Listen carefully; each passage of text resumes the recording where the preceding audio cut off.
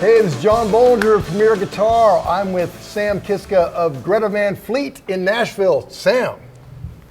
Hey, John. man. Good to see you. Good to see you. Love the band, man. Oh, thank you. Yeah. Thank you. Yeah, it's like it's so great to hear like an honest to God rock and roll band. Yeah, you know, we aim to please. We just get up there and have fun. That's what comes out. All right, perfect. Well, let's talk basses. This is not your number one. This is not my number one. This is probably my number two right here. Okay. Which, even though I usually play a P, but I mean, I played the P for a long time, and I had to put a jazz bass neck on it because I love the smaller nut, you know. So comfortable, right? Yeah, it's way too Did comfortable. you start on guitar? No, I actually started on bass. Really? Probably when I was 12 or 13. Oh. So I've been playing for about only 5 or 6 years. Oh, wow. But you know, it makes a big difference when everybody in the band is better than you. Because then you really have to start, working harder. That is so true. It's like if you're the best one in the band, the other guys drag you down. But if you're the worst one in the band, the other guys Look at pull Jimi you up. Hendrix at Woodstock. He's like, I don't need you guys. I'll play the Star Spangled Banner by myself. Right. Can't keep up with Hendrix. No, you can't keep up with them. But okay, I digress. Let's. So this is number two, but is it basically a stock jazz or? It is a stock. It's just an American Pro that I just got this actually a few weeks ago. Oh, cool. And it came in, it feels great, and I took the rounds off and put the flats on. I never play with rounds unless it's, like in the studio, I'm really trying to get like some kind of mean tone, usually going through like an amp. Yeah. Like I just recorded like something that was really cool out of it was like a 66 Fender 50 Bassman. Oh, really? That was nasty sounding, going out of like a 412 cab, and it was gnarly. Did you have it like cranked where it's oh, dirty? Yeah, it was great. stupid loud, but it sounded so good. Okay, so how are you reproducing that live? Well, Actually, I feel like we're transitioning to the amp thing. Yeah, I'm getting ahead of myself. Sorry, Sam, that was me. Let's sing with this bass. So it's all stock, brand new. All stock, brand new. Got the D'Addario flat light strings on there. Great, man. And I use it for a few songs in the set. But last night I played the whole set with this because my other bass popped a string at the third song. I'll hold that thing. You grab that. On Edge of Darkness. So third song in. Right here. I didn't break all the strings, but I took them all off after the show. And I'm actually going to hold on to these because this is from the Fires right here. This is the whole double EP. Oh, really? This has a lot of history on these strings. Oh, that's very cool. But yeah, so See, that's smart. Yeah, keep them rather than just. Yeah, just chuck them. My mom probably wants them. But so you can tell that there's a lot of mojo, and this is the bass neck that I started on. This was a Fender Made in Mexico jazz bass. Wow. And I took this neck from my old bass because I was gifted this, and it sounds so good. Yeah. So good. But then I couldn't play the P neck, so I put this on, and it worked out really well. So in making that transition, did you have to like shim it or do anything weird? Nothing. It just popped right in. Yeah, because I know all these necks are relatively the same shape. Yeah. And I was like, please work. Please work. Yeah, right. So yeah, it was kind of jacked up at first. I'm still, after 9 months, I'm still adjusting the truss rod to really fit the thing, but this is the best bass I've ever played. That's great. And you see this? Yeah. And some of this. This is Blood from May. It was about. Yeah. It was a while ago. Right. Right. Well, that's disgusting, Sam. Well, it's not. It's all about the mojo. You got to keep it all, which is why I'm so upset about these strings. So these strings were about a year old. Yeah. It's got all this finger matter in there. Yeah. And to a lot of people, that's really disgusting. Right, man. You need a tetanus shot after you play Yeah, that but bass. definitely. And it came without a tone knob, so you don't need it. Yeah. But I always find myself kind of doing these counterintuitive things with my tone. Yeah. Like the flat wounds plus the P's, so it's really supposed to be a lot more mellow, but a lot of the time I play it with the tone all the way up. Sure. And it gets this really, really interesting kind of tone, And I play a lot with the bass like relatively low with this thing. You know what? Plug this thing in And let's talk about that the rest of your rig, and you can kind of show some of those crazy tones. Oh, I got some crazy tones, especially with this thing right here. Okay. Actually, I'll just unplug this and. Yeah. What do you got going on? What's the pedal for? Is that like for changing channels? Yeah, the pedal is. I've got this is a great amp, by the way. Okay, so it's the Fender Super Bass one. And like, what year is this Super Bass? This is pretty much brand new. I think Fender came out with these amps probably about 2012 or 2013. Okay. And I got this new a few months ago. And this thing is just so fabulous. You know, with a lot of like the amp. You're just running straight in, no pedals, no. As you can see, right here. One curl cable in. But actually, this is a really great device right here. The Acme Preamp. Okay. And this is based off of the original Motown DIs. Oh, cool. And when I'm in the studio, I record with like one of these, but it's like the full tube kind of thing. So yeah, those are badass. But so if you're running direct out, you run through that. Yeah, but you know what? You're miking today. If I'm on like a different rig, I'll definitely use that. But for this, the XLR out is so great. Yeah. It shines right through. But yeah, you know, they got the 2 channels, and the Overdrive Channel is crazy. Hey, let's hear let's go from the clean to the overdrive. Let's hear them both.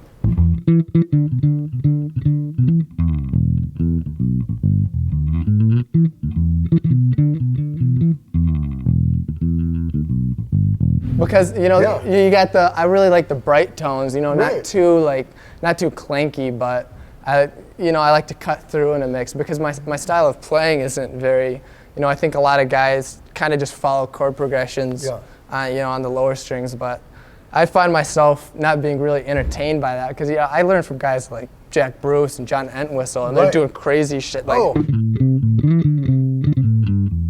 You know, it's crazy, great it's stuff. Like they would never hit the 1. Yeah. I mean, it's like you wonder, like, do they know what key they're in? Totally. They're just moving the whole time. Yeah, that's cool. And I like the fact that even on your clean channel, you've got your bass down and your mids are pumped and your trebles pumped, but it really makes it so much more present. Yeah, because I mean, for bass, it's already bassy, right? Yeah, exactly. So then it gets to the point where it needs to be more of an instrument than just a sound, and it needs to have more of a part in the music, which is what I find myself doing a lot because I think my mind works a little bit more melodically than because it's a part, and it should be worked into the. And there's only 3 instruments basically, so you've got to find your sonic space. Exactly. Like when you look at the Cream stuff, it's crazy. Like they're just going all over the place, and it's like sometimes all 3 of them just take a solo. Right. Yeah. Yeah. So it's crazy. It's almost like with Dixieland, the way all those horns are just blowing and intertwining, they're doing their own thing, but it all works. And same thing with those guys. It's genius. But yeah, so I have a pedal for this channel switch.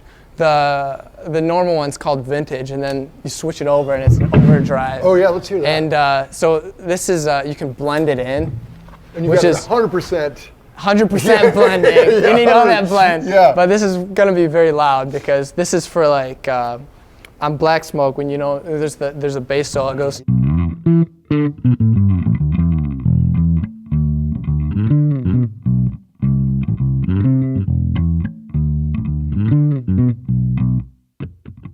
Yeah, but stuff like that. That's great, man. And you know what I love about it?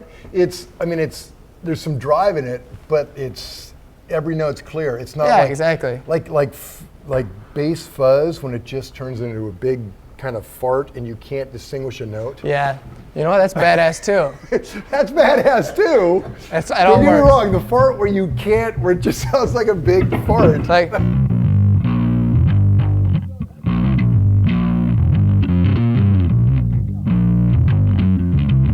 Yeah, but this is crazy. Do you ever use that? No, not for live shows. That's actually kind of what the Fender 50 sounded like. Right.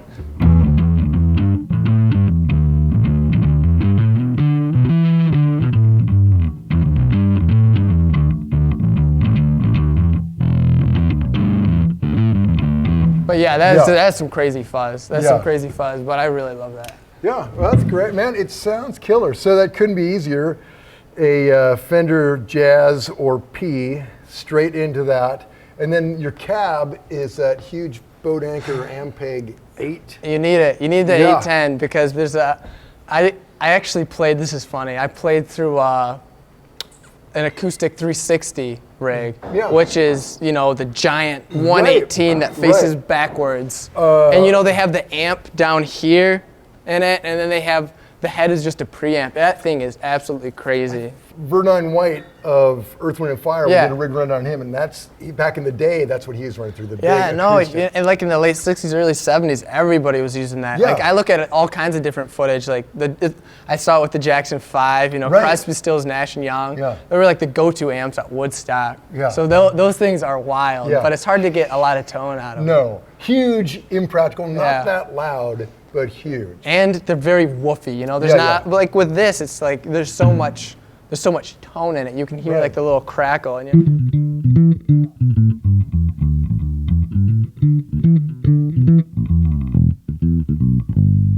even like on the low notes, it's got Right. that nice little warm crackle. Yeah. And I learned from guys like, James Jamerson primarily. Right. Which, Motown dude, man. growing up, the first time I picked up a bass, it was my dad's Fernandez P bass, the rip-off kind of Japanese thing, which is, it's a great bass. Good bass, yeah. But the first time I picked it up, I wanted to learn. I heard it through the grapevine, Yeah. Right. because that is just such a cool line, man. I didn't even know that was like one of the greatest bass lines of all time. I was Yeah. probably about 12 years old. And I kept learning that, like Ain't No Mountain High Enough, Yeah. like all the Temptations So, hits. and you like, grew up outside of Detroit, right? yeah, so Okay, that's so those are your right homeboys. there, right there, yeah, exactly. So it was really wild to start figuring out that all these different bass lines were James Jamerson. Yeah, crazy. dude was amazing, man. Yeah. Yeah. Okay, very cool. Well, let's talk about your other instrument. Can we segue into that? All right, so when you're not on bass, you're over here. That's right. We got everything we need right here. And I picked this over the Nord because I do a lot on organ, and this is very, very, very truthful to what a real B3 sounds like. Yeah, when you tracked on a legit B3. Yeah, I did. Yeah.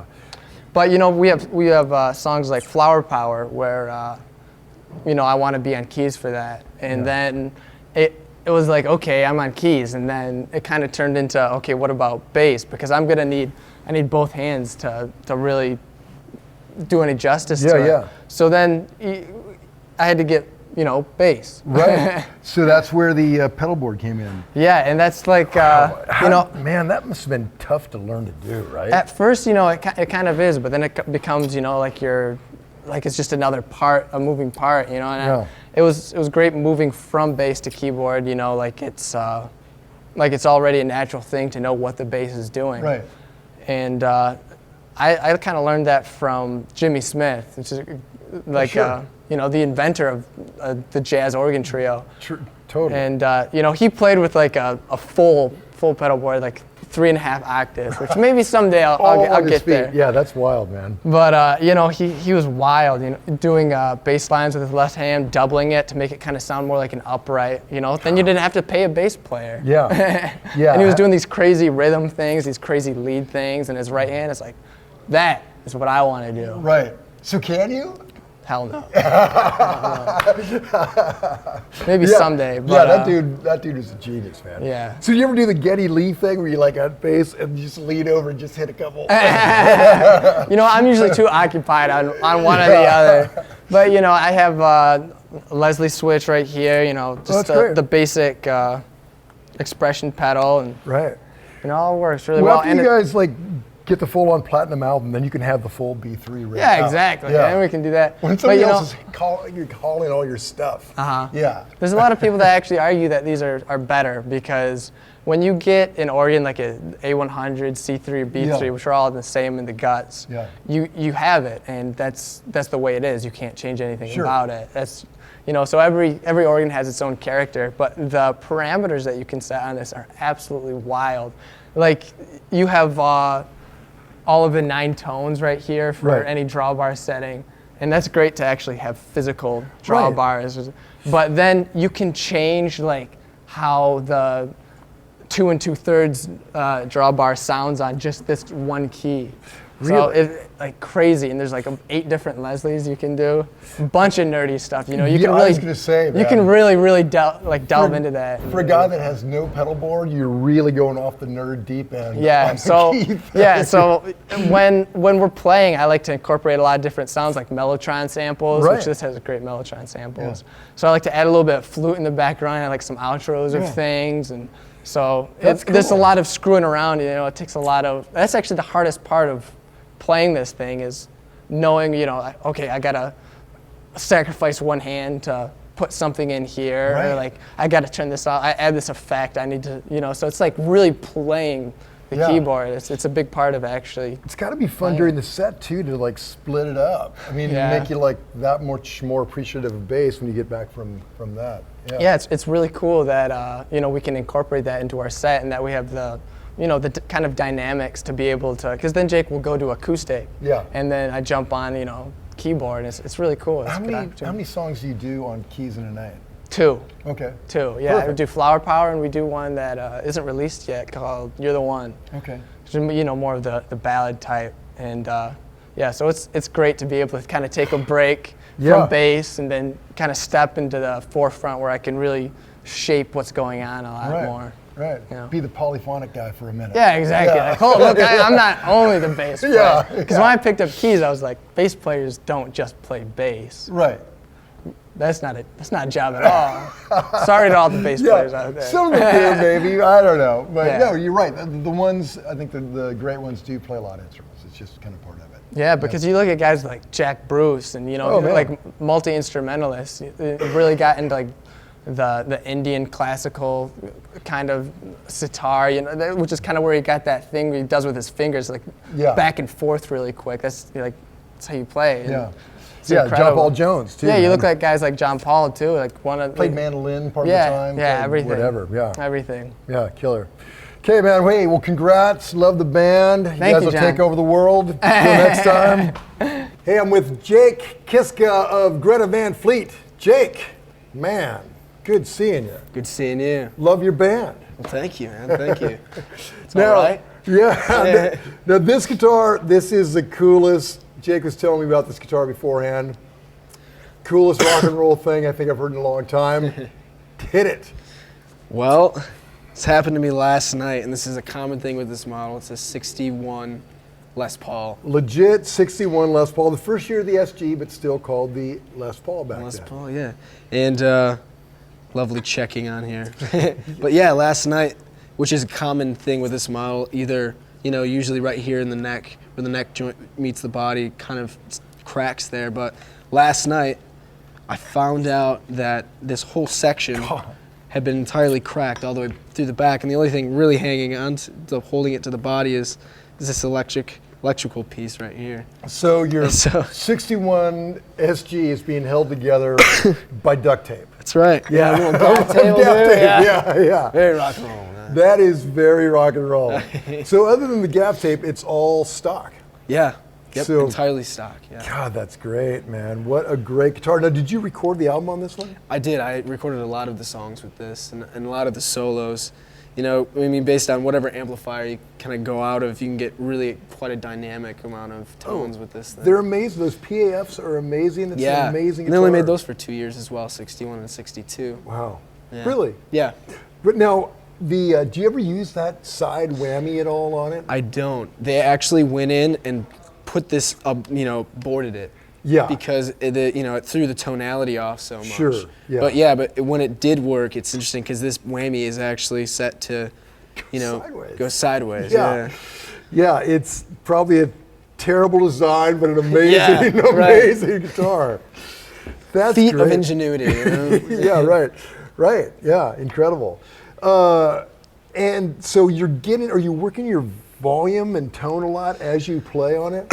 Yeah, It sounds like you're jacking with it all the time. Yeah, depending on what song we're doing. Like if we're doing Flower Power, which I do, which is originally an acoustic tune, but you know I wanted to do it electrically. I'll throw it down to like a level at 9 here. Yeah. And you know put it in between the treble and bass pickup. So I'm using both of them, and I'll kick my boost switch to bring it up. Yeah. You know, and I have my volume down on my amplifier as well. Yeah. So it kind of, you know, when we start and then Yeah, everybody comes in, I can smack that. Right. And it brings up the level instantly, and it kind of fights to get up to that, you know, rougher tone. I got to hear that, man. Come on, can you do it now? Yeah. Yeah. Yeah, let's do it. What do you want to hear? Just anything at all? Yeah, man. Just play that thing.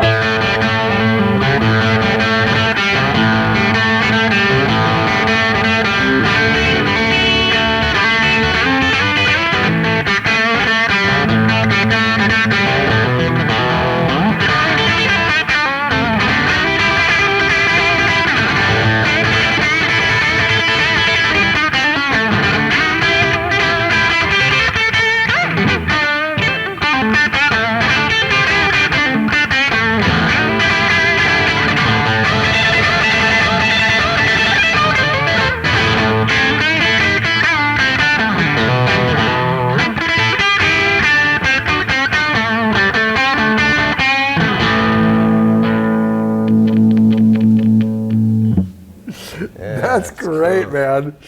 Yeah, and loud and proud. And that's basically going straight sloppy, in. wasn't it? No, I love that, man. I love it. That's killer. Not warmed up yet. No. Yeah, that's killer, man. Well, great. And I love the fact that you're literally beating that guitar to death. Yeah, poor thing. So that's clearly your number one. Yes, I use this most often, yeah. So when you're not on that one, what's number two? Well, let's pull it out. That was killer, man. Thank you. This guy I haven't warmed up yet. Go. Yeah. Right now I'm using this quite often for Talk on the Street, at the top of the set. And I just recently got this one from Gibson, I think in LA. And it's a custom shop. It's 2018. Oh, cool. Wow. So, yeah. Yeah, 2018, and here we are in 2017. So that is a very new. Yeah, almost. Yeah, it's a futuristic. It's a futuristic. We're time travelers. That's great. So stock, all just as the custom shop built it. Yeah, really quite simple, you know. And then these humbuckers and. How does it compare tone-wise to your number one? You know, I'd like it to be a bit more similar in tone to it because of the transition, but yeah. I think that it's unique to itself, and it sort of has a darker tone to it. Sure. So it's a bit muddier even on the full treble setup. Yeah. It's funny, man. I think those PAFs are some of them that I've heard and played almost have that kind of Fender-y quality because they're not wound very much, and it's like you're not getting all that bottom, and they have a lot more presence than you'd expect. Yeah. You know? Yeah, definitely. I agree. Yeah, it's kind of twangy. Yeah. Like some like old 50s Les Pauls sound like a big telly, you know? Yeah, kind of like a fatter version of a telly. Yeah.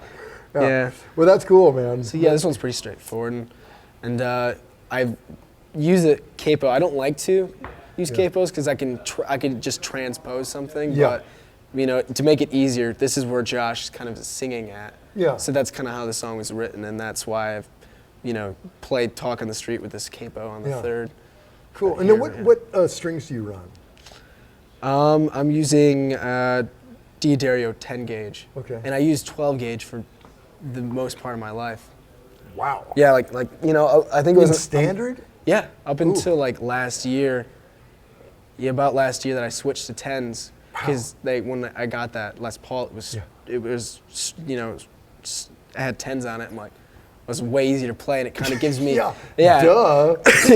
And I was like, you know, it gave me the dynamic to, you know, do a lot more. I was like playing stuff I didn't know I could play. I'm like, all right, well, I should probably take it down a bit. Yeah, it's like playing guitar is hard enough, man. Yeah. Okay, that's great. Okay, so what's your next go-to? Well,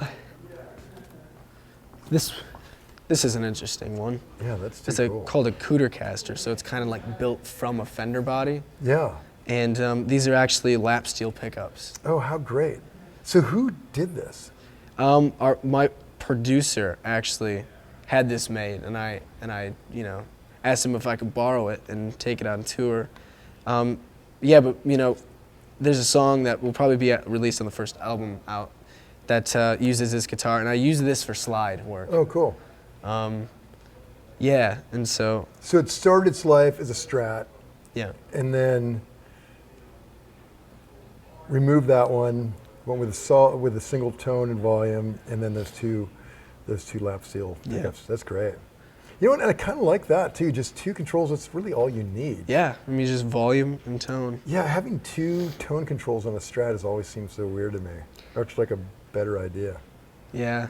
And this one's a bit challenging to play too, even with the slide. Yeah, because it's like just to try to get it. You know, it has to be pretty spot on for it to not sound sloppy with these pickups. That's great. But yeah, it's a good challenge. Yeah, very cool. Yeah, man, let's hear this thing. All right. Yeah, particularly you're saying it's a challenge to play, so now I really want to hear it. Yeah.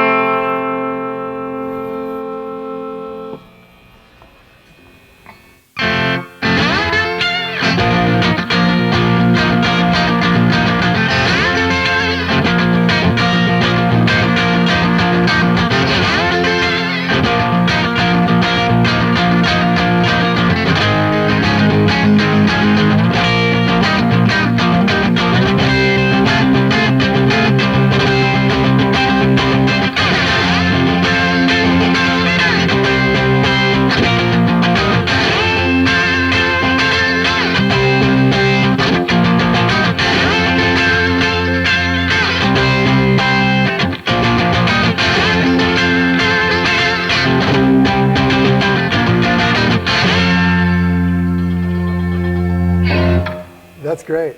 Yeah, and you mean.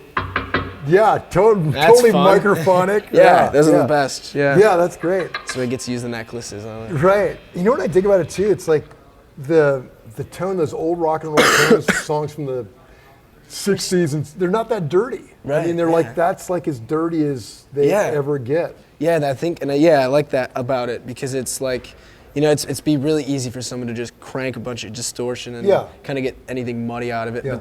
But to, you know, have sort of a clean element sort of makes it a bit more truthful to, you like know, certain Page songs. with those Dan Electros. Yeah. There was no getting that. I mean, he could not get them dirtier than that. But Right. Hey, does that slide just like a chunk of copper? It is. My dad made this for me. Yeah, just a piece of copper that I use. Yeah, Yeah, it's like it looks like plumbing. Yeah, it really is like plumbing wire. But yeah, like it's really like early Stones tones. Totally. Too. Yeah. I mean, this is very like a lot of Keith Richards sort of stuff that's going on, you know. That's great, man. Well, hey, let's talk about this amp while we're talking about the next ingredient. So, this cabinet, is it a kind of a 70s era? Yes. This Marshall cabinet is, I think it's between 73 and 75. Yeah, cool. Stock speakers, you Stock think? speakers, 4 stock speakers. Also lent from our producer in Detroit. Well, so this is good guy. Yeah, Right. yeah. Cool. And what amp are you using? So yeah, this is a Marshall Astoria, and it's a more contemporary amplifier. So it's actually made. It's like newer, I think within the last year. And this specific model was made for the Chicago Music Exchange. Oh, really? Yeah. Okay, So that's cool. like one of the only distributors of this particular one, and that's who I got it through, the CEO of that. Oh, cool. And I believe that there are like 25 of these that have been made, and I own 3 of them. So, Oh, really? Yeah. Wow. Yeah, and it's really cool. It's all hand wired in England. It's all done over there, very Marshall style. Yeah. And it's got just one 12 in here.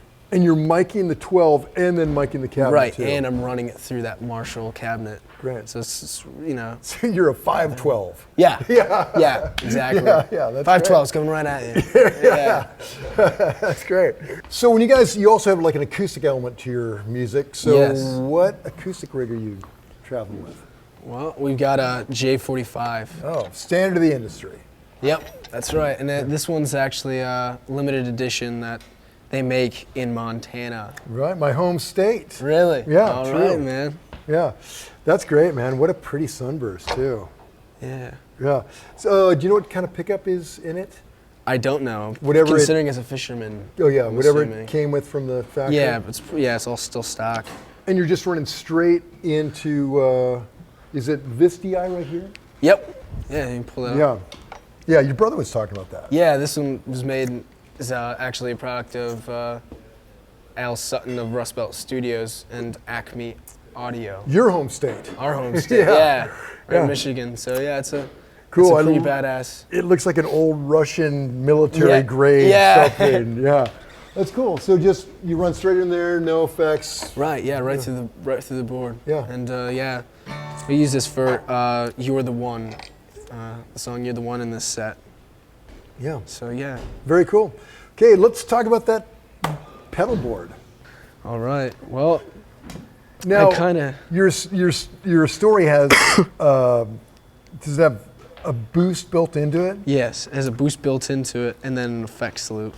Do you use the effects loop? I don't use the effects loop, no. Okay. The effects loop can be basically something, like I can run a pedal through the effects on the amplifier, and then that's basically what it is, sort of like a channel selector. But none of that nonsense for you. No. You're just like a few stomps in front of it. I don't particularly care for too many pedals right now. Yeah, I love that, man. That's the way to go. So basically, you have dirt and verb, right? Yeah, I mean that's it. Because the story doesn't come with a preset reverb channel, so I've got this holy grail reverb pedal that I quite like to use. So you've got two of them in case you want to get like super verby. Yeah, and then I can just kick a little bit. Like, so what's your main tone you go for? Well, the main tone is just a little bit of reverb on it, and just kind of just straightforward, kind of simple with that. Right, sounds great. And yeah, but I've got two of these just because there's parts in the set where I can boost it, and there's this particular song, "Watching Over," where there's a solo that kind of takes it from here and goes, it's like.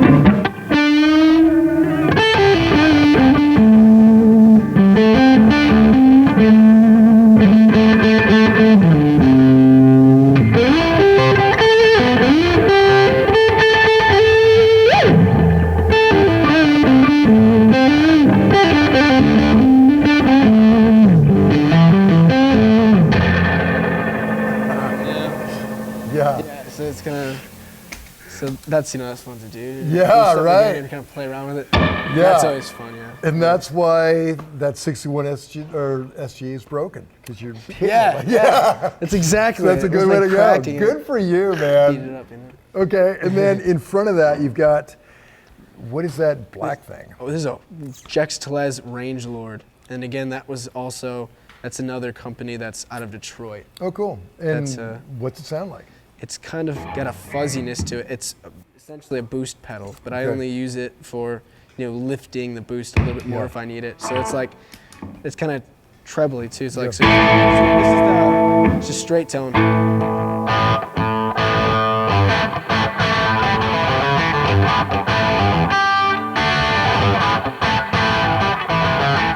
But to get the even if I want to boost a little bit of the treble, I can do kind of like.